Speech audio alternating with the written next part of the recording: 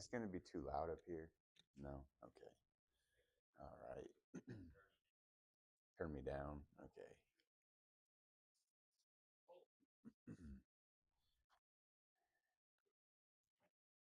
Good morning, everyone.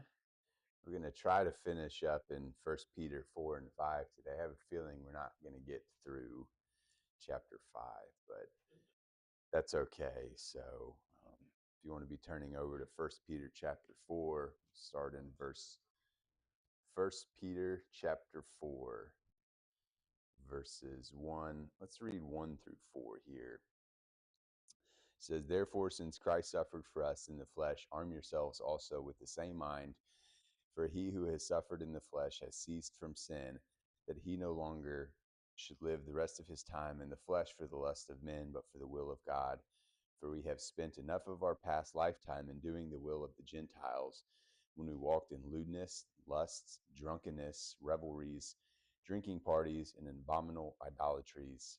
In regard to these, they think it strange that you do not run with them in the same flood of dissipation, speaking evil of you." So we read that and we think about and consider the suffering that Christ endured throughout his lifetime. And I wanted to point out that I think a lot of times we often think of Christ's suffering, and what's the first thing we immediately we think of when we think of Christ's suffering?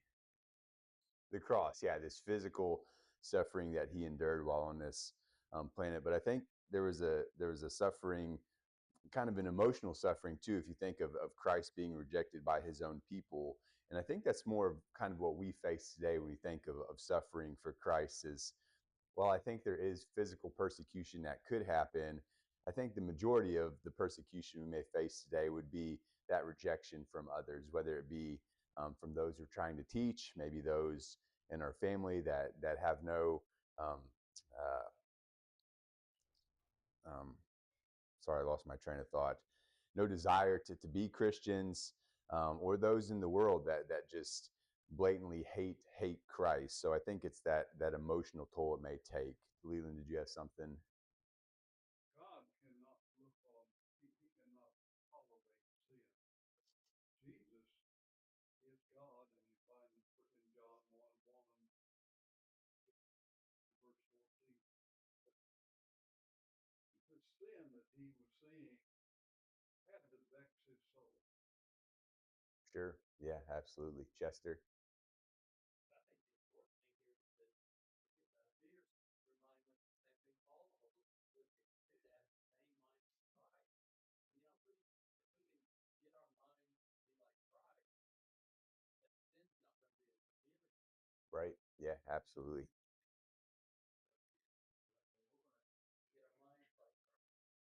Be right. Yeah, and I actually have that in my notes, is to arm ourselves with the same mind. And so how do we do that? Obviously, studying God's word is a great way to do that. Ephesians 6:13 tells us to put on the whole armor of God. Be prepared to whatever we may encounter in this life, to have that same mindset that Christ did, so we can be able to withstand the temptation of sin and be able to endure some of the same sufferings in which Christ did. Uh, so why is it important for us to be able to do that in this life? Any thoughts or ideas on that? Why is it important to be able to endure the suffering, Rochelle?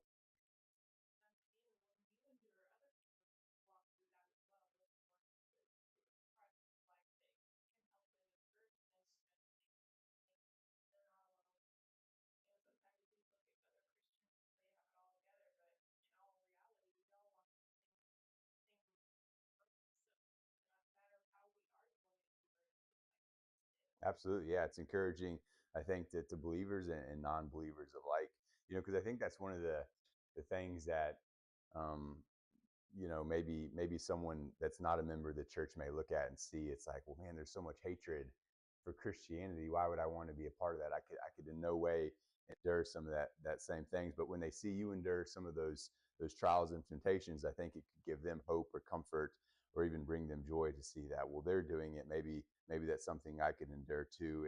And Christians alike, I think it's important to understand that we're all going through things in this life, and not to say, oh, I'm glad that so and so is suffering, but it gives us hope too as brethren to know that maybe they are suffering through something just as maybe I am or somebody else. So yeah, good comment on that. So I have the why is because Christ himself lived his life to do the will of God. And so I think when we put Christ at the forefront of our minds and God, it is a priority in all we do. It's, it's easy to make that choice. And I just wanted to point out, when we make the decision to become baptized, we've kind of opened ourselves up to some of these persecutions, to some of these sufferings, to say, I'm okay with this happening in my life, or I'm okay with enduring some of these things. And I think that's the decision that we make when we choose to become a Christian. Revelation 2:10 tells us to be faithful unto death. So regardless of what trial or temptation comes our way, we as Christians understand that we've, made this choice. It's our responsibility to endure some of these things. So anybody thoughts, comments on that? No. Okay, we're going to keep moving on. Turn, if you would, to James chapter 1. James chapter 1.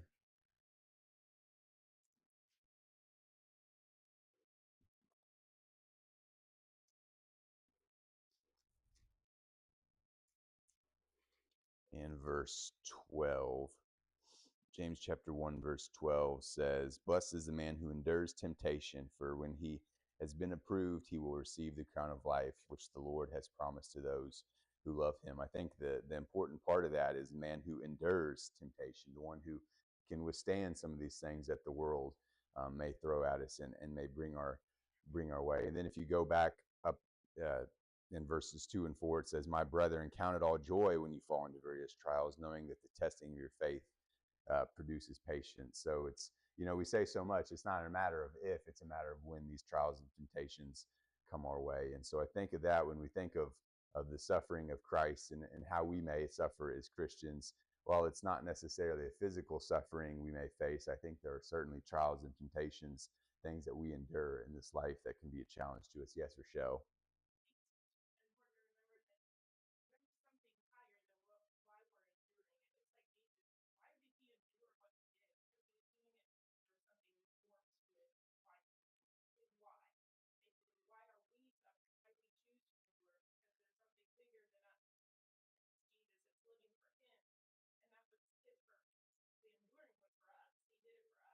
Right. Absolutely. Yeah.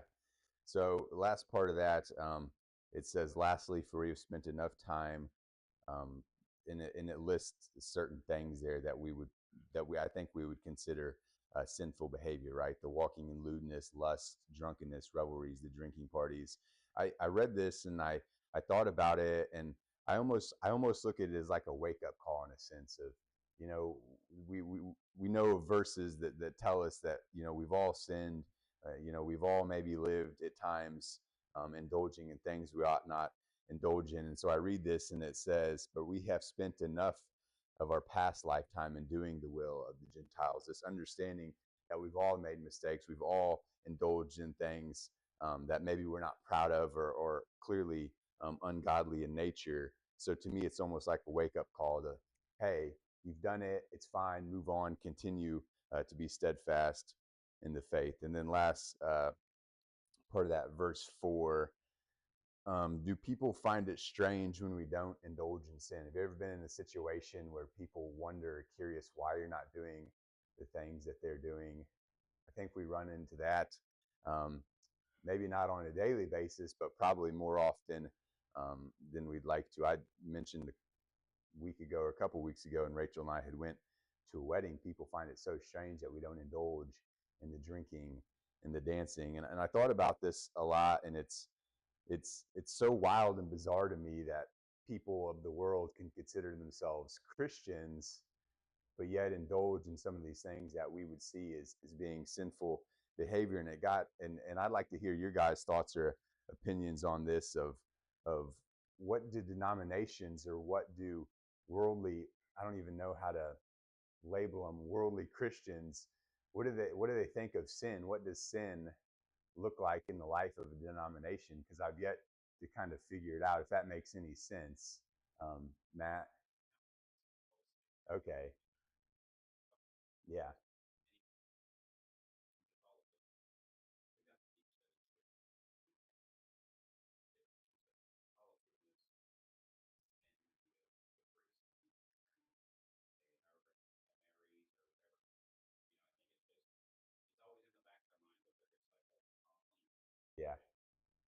just find it so sure.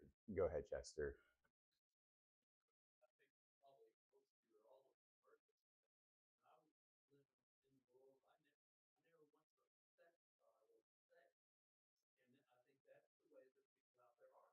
They get they're ignorant. I was ignorant. I was thinking that it didn't matter what I did because God would save me.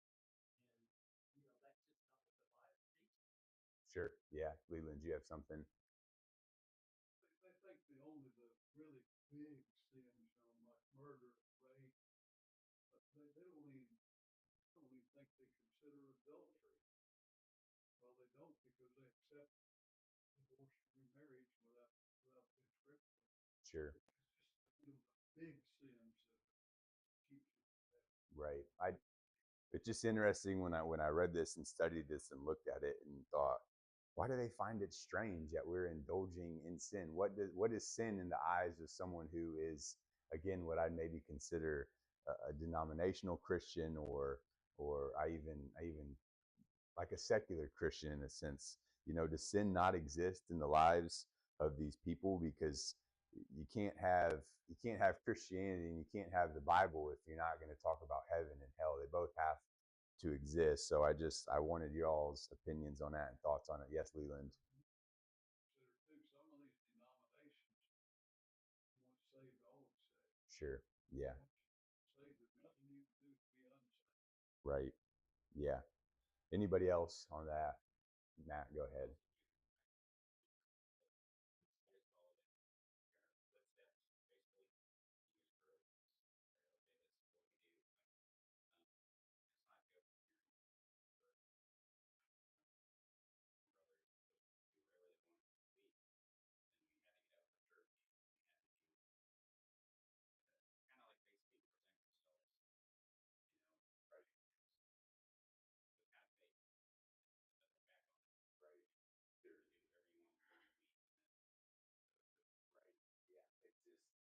The world does find it strange, and it's mind-boggling to me. Strange that we, don't indulge in sin. We don't indulge in sin because we don't want to be held accountable. Yes, sir.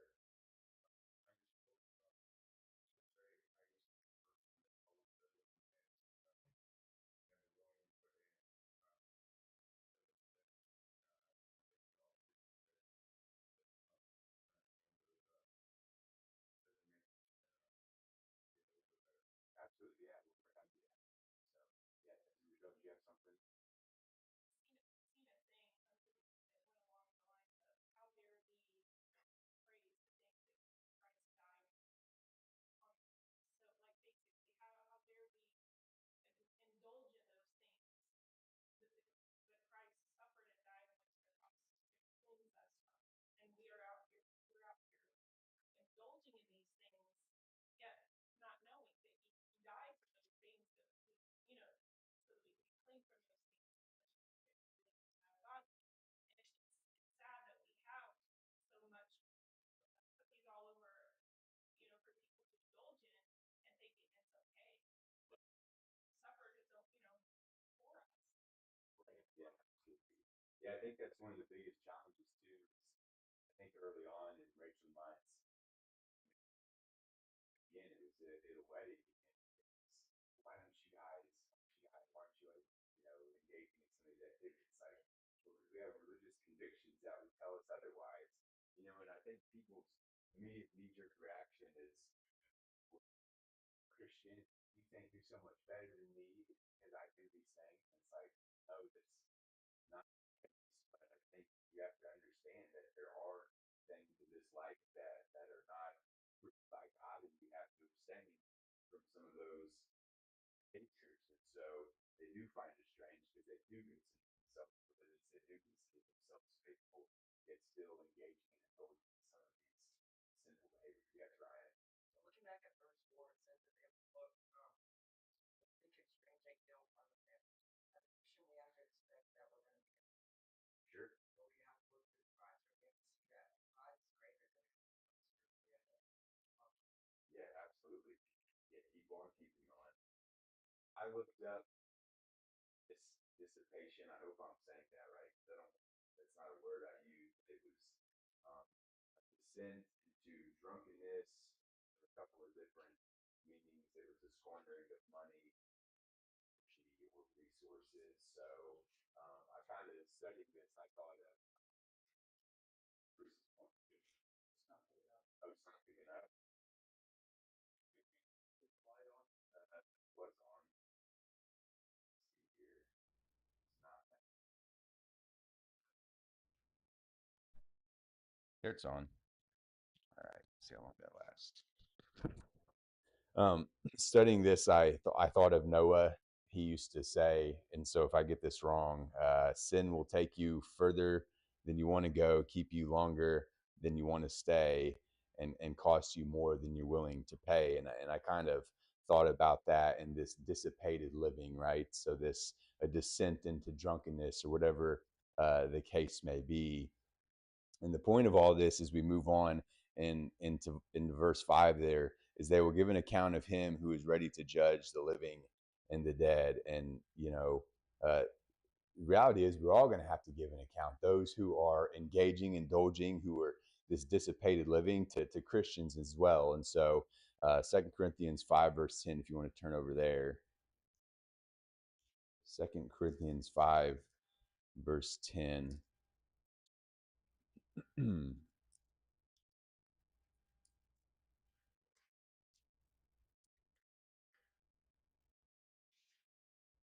Says, for we must all appear before the judgment seat of Christ, that each one may receive the things done in the body according to what he has done, whether good or bad. So we're all going to have to give an account. Those who are living that dissipated life, right? The ones squandering their time, money, energy, or resources to those who are not necessarily engaging in those things. So let's move on to verses. Let's read verse 6. Says, for this reason the gospel was preached also to those who are dead, that they may be judged according to men in the flesh, but live according to God in the spirit. And so I looked at this, and to be honest, it was a little hard for me to understand. I looked at one commentary, and it basically said, commentated on this verse. I know I think there's a lot of different interpretation on this, but it said, the Lord would demand an accounting from the dead who lived ungodly. He would save the dead who had lived faithfully. So that's one commentator on verse number 6 there. I'm open to if anybody has any comments themselves on that. Leland. What it says here, for this reason the gospel was preached also to those who are dead. That sounds to me like he's talking about preaching those that are dead in sin. Okay. I may be wrong. Like I said, I like different interpretations. So I'm open to anybody. Anybody else want to comment on that? No, that's okay. All right, move on. Verses 7 through 11. The end of all things is at hand. Therefore, be serious and watchful. Prayers and above all things, have fervent love for one another. For love covers sins. Be hospitable to one another without grumbling, as each one has received a gift.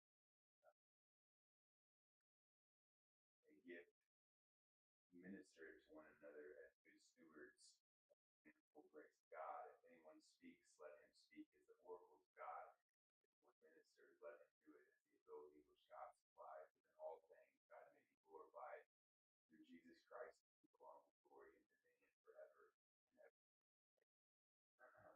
So,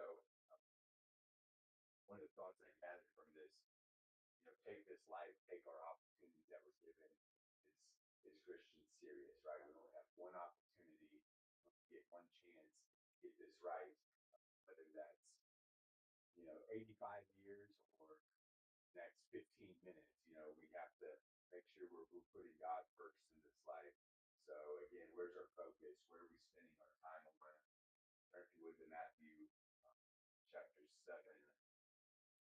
Matthew chapter 7.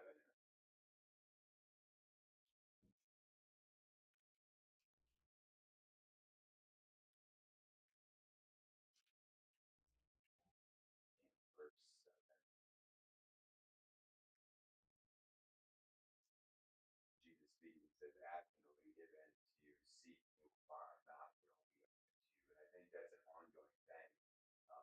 Christians as we journey throughout this life and continue to ask, continue to knock, and continue to seek. Oftentimes, we don't really give credit for how hard he's working. If we're thinking we're working hard as a Christian, God and Satan probably would double time to try to get us to turn away. Chester. Yeah, it's interesting. This is Peter's not the only one, but he said the ends of all things at hand. He lived his life like Jesus would come now. And, if people in the world live their life like Jesus is coming now, we have a lot better world. So many people, they don't understand that God was a million years like 1 second. To him, their time has no relevance at all. And yet you're talking that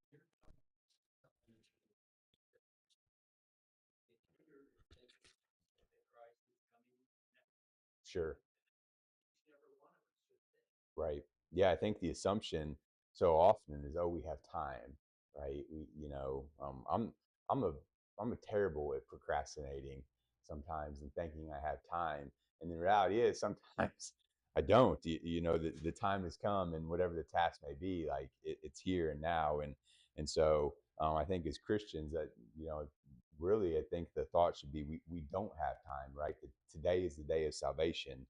Uh, whatever we're doing in this life, put God first, put Him as the focus at the forefront of all we do. And I think of uh, going on down there to continuing in verse 7 is be watchful in your prayers. I think of that, of how much time, energy, and effort do we put into our prayer life? Are we focused on the prayers that we're giving? Do we go into our prayer life with the clear thoughts and asking and praying for God's will to be done as opposed to our own? I just saw something recently. It was a family.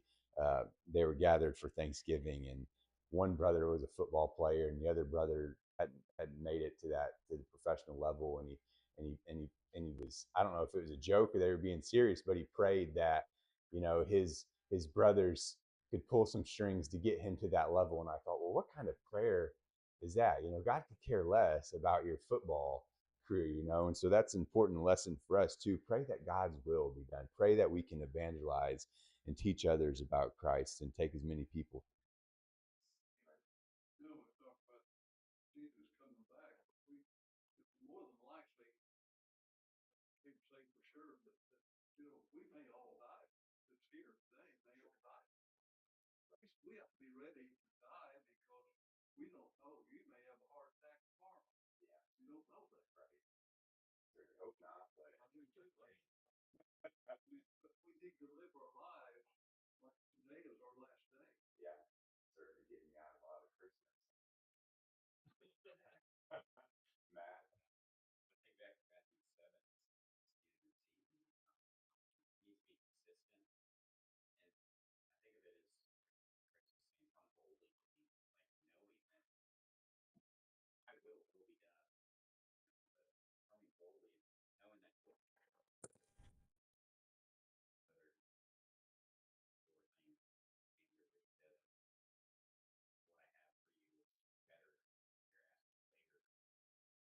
So come boldly. right? Yeah, absolutely. Yeah. So, anybody else thoughts or comments on that? All right. Moving on to verse number 8. There it says, above all things, have fervent love for one another. Does anyone know what it means to be fervent? What is fervent? Any ideas? Deep love, meaning. Yeah, absolutely. Yeah. So fervent, marked by great intensity or feeling. So is that the type of love? Certainly the love that He had for us by sending Jesus to the cross to die for our sins. So we go on there to verse number 9. Be hospitable to one another without grumbling. Many of us will do something kind and I've been guilty of this plenty of times. We'll do something to someone, but we complain the entire time. Stop.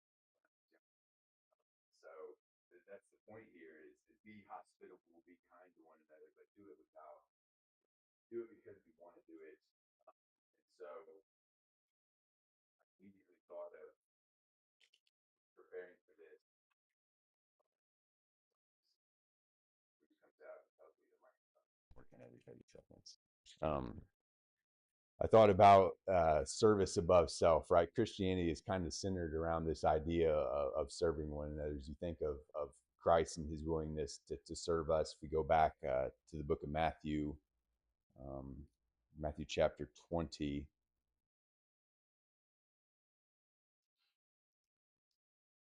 in verse 28, just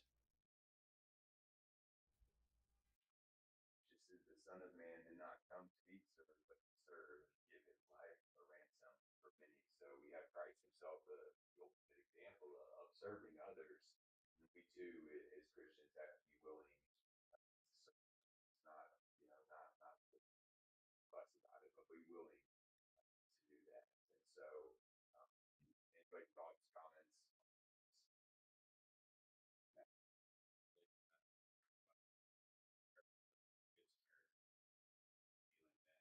Yeah, yeah. So, yeah, we've probably all been in situations like that. I mean, we got a lesson here. It's been a while. I can think of how many times have we driven past someone that could use our help, whether they're on the side of the road, just well, somebody else will take care of that. Maybe it's our responsibility to turn around. Maybe help is on the way, but the point is maybe we make ourselves available in those situations to help those that need. Because I think that's one of the things that would make us grumble, right? If I'm on my way home from work and somebody's on the side of the road, if I had to turn around, man, I was almost home, right? But I think that's a terrible attitude to have. And so, Christ literally gave his life without grumbling about it. That's, again, the ultimate example of that service that we should have. And so we move on there. As each one has received a gift, minister to one another as good stewards to the manifold grace of God. We just talked about stewardship in multiple different lessons when we looked at some of the parables, and we know what being right, taking care of something. And so we're to take care of God's word, bring it to others as God would want it to be brought. So make sure I didn't miss anything here. Does anybody else have anything on verses 7 through 11? No. Okay. Verses, go to 12 through the end of the chapter. Let's see. 12 through 16 says, Beloved, do not think it strange concerning the fiery trial, which is to try you as though some strange thing happened to you, but rejoice to the extent that you partake of Christ's sufferings, that when his glory is revealed, that you may be glad with exceeding joy. If you are reproached for the name of Christ, blessed are you, for the Spirit of glory and of God rests upon you. On their part, he is blasphemed, but on your part, he is glorified.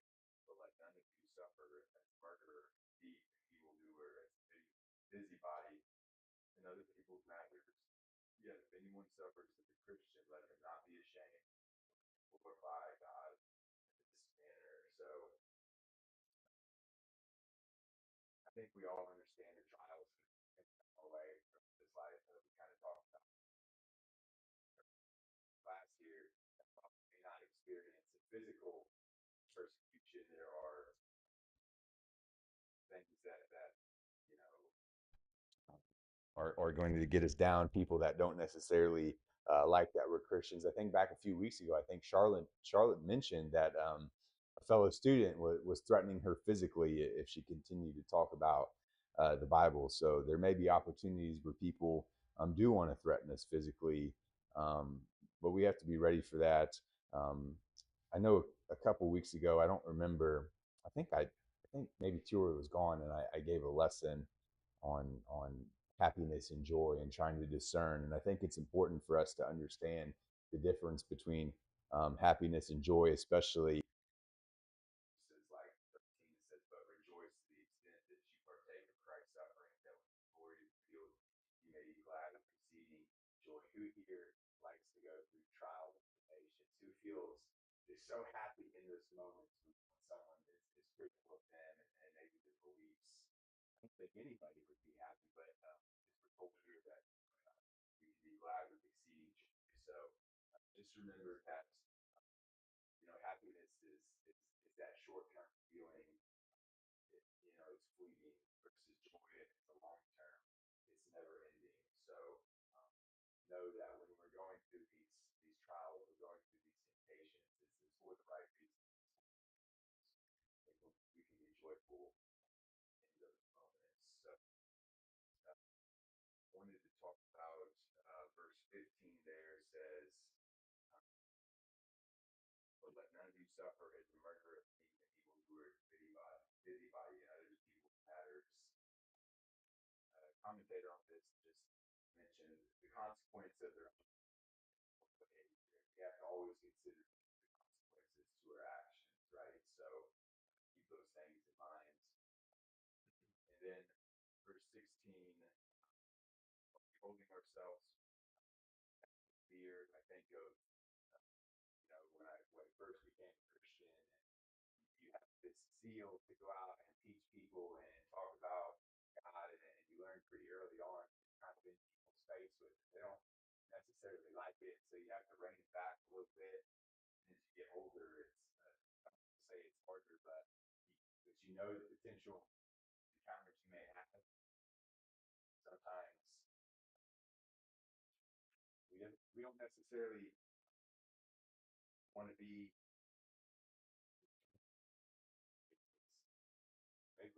maybe that zeal is gone a little bit because we have been fearful, and so that's the point here. We hold ourselves back because maybe embarrassment of being a Christian, maybe we're afraid of that physical persecution. Turn to Matthew chapter 5. Matthew chapter 5, verses 14 through 16.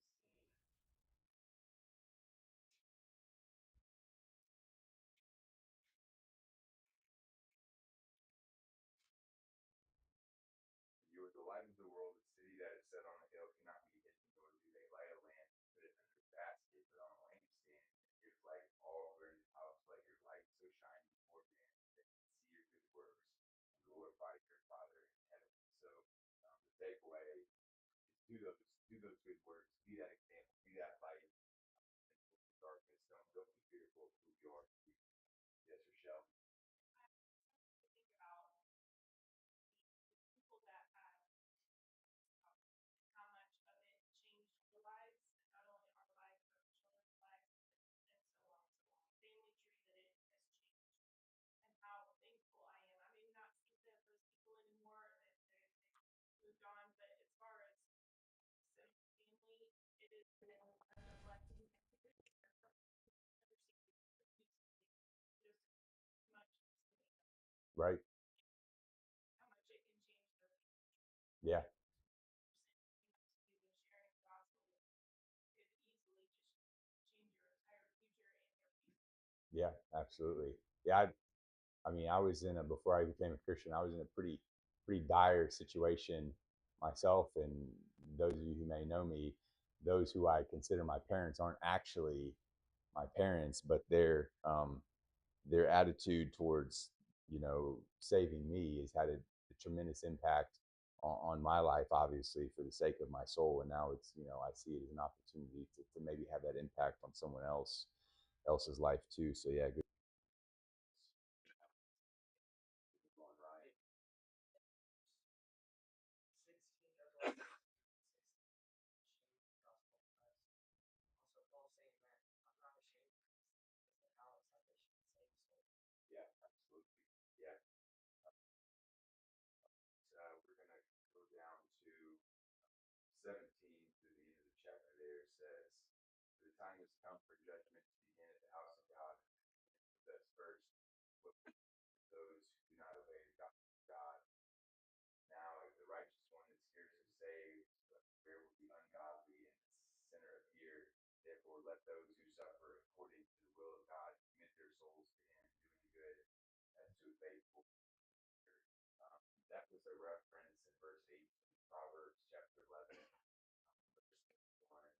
And this quote here be accountable for all we do. Like the rather, God to question me on my suffering surface I commit to Him, as opposed to all of the ungodly things that maybe I had done in this life. So we close here with chapter 4. Does anybody have any thoughts or comments on that? When you think about this chapter, I love comparison. Really, verses 1 through 6, you could say, is sin itself versus the rest of the chapter, sacrifice and service. Right. So this is what you were. Here's what you need to be now. Right. You're talking about the denominational mindset. Comments on that earlier. I just added that just a little bit in connection to that. A lot of the pull of the religious world is come as you are. That's what they say. You see it on the billboards, see it on their signs, on their pamphlets. Come as you are. But the way I like to summarize their mindset is come as you are, stay as you were. Well, that can't be the case. That's really what Peter is pointing out. Right. Here's what you once were. That's sin, that is self. So what does your service and sacrifice look like to God? Yeah, absolutely. Yeah, it's really Christian in a nutshell. We say so much of being a Christian is a verb, right? It's an action. I think there's a constant growing and doing and changing, being more versus who we were and where we came from to who we want to be. Paul's a good example of that, right? That who he was to who he became. So yeah, anybody else? We close out chapter 4. 5 minutes for chapter 5. Just some applicational thoughts. That is, be like Christ. Love, or 11:1, Paul says, imitate me as I imitate Christ. Ourselves spiritually. Ephesians 6:17. We read before that see that the word is the sword. Have that and be able to defend ourselves against Satan. And then support one another on our journey. Talk about that. We're all facing different trials and temptations. We're facing persecution, and it may be different. It may appear differently to one another, and so just be there to support one another, help one another. But we're all in this together, right? We see so much of church as being like a family unit, support one another journey. So anybody else on that chapter 4? Just some. Give me 5 minutes. Obviously, we're not going to have time for this, but some notes on this. If this would probably be the case. So verses 1 through 4 of 1 Peter chapter 5, we look at shepherding the flock, and we see it says the elders who are among you. So just the importance of elders, the role they play on the congregation, the example they set. Obviously, they want to lead with humility, seeing themselves on a pedestal, but leading, being that example, helping getting not only themselves but many people to Christ to have as they can. Verses 5 through 11. I think verse 8. Oftentimes we mention this in the fourth chapter being kind of the key verse of that. Be ready in all we do. Understand that as Christians, Satan wherever he wants to use us. He's after Christians. So again, put that before God, equip ourselves spiritually to be ready, not be devoured by Satan. And then verses 12 through 14 is the short chapter. It's really just so I'll give you guys an opportunity. I know that was a brief rundown. So anybody thoughts or comments on 1 Peter chapter 5? As part of the elders are, shepherds, flock of God, which is among you, serving as overseers, not by compulsion. In other words, you haven't been talked into it. You're willing to do it. Not for this honest gain, but eagerly, not as being lords over them. In other words, I think to sum it up, the elder meets all the qualifications of Paul, but there's another qualification that I think is there, and that is they're not wanting it they're not wanting it for the authority, they're wanting it for the benefit of the congregation. Yeah, absolutely. Chester. I think that Elder made scripture 7 because he said, cast your cares on him, for he cares for you. You know, if we know God's caring for us, then that takes away a lot of bad that comes into our life. You know, because we know we give it to God and he will take care of it. Right. Yeah, I had in my notes, others serve, don't dominate, and they be like an example. So there's just some applicational thoughts on chapter 5. Yeah. Little Bible markings. I just underlined just about the elders. Verse 2, it says, feed the flock of God. It's kind of like an assignment. And then I underlined oversight thereof in verse 2 as well. Then in verse 3, it says, but being examples to the flock, showing that authority, but being a good example. And then in verse 4, it says, you shall receive a crown of glory.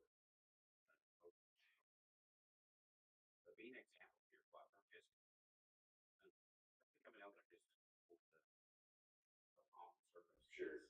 Right. Because you want to better not only the flock but yourself grow together.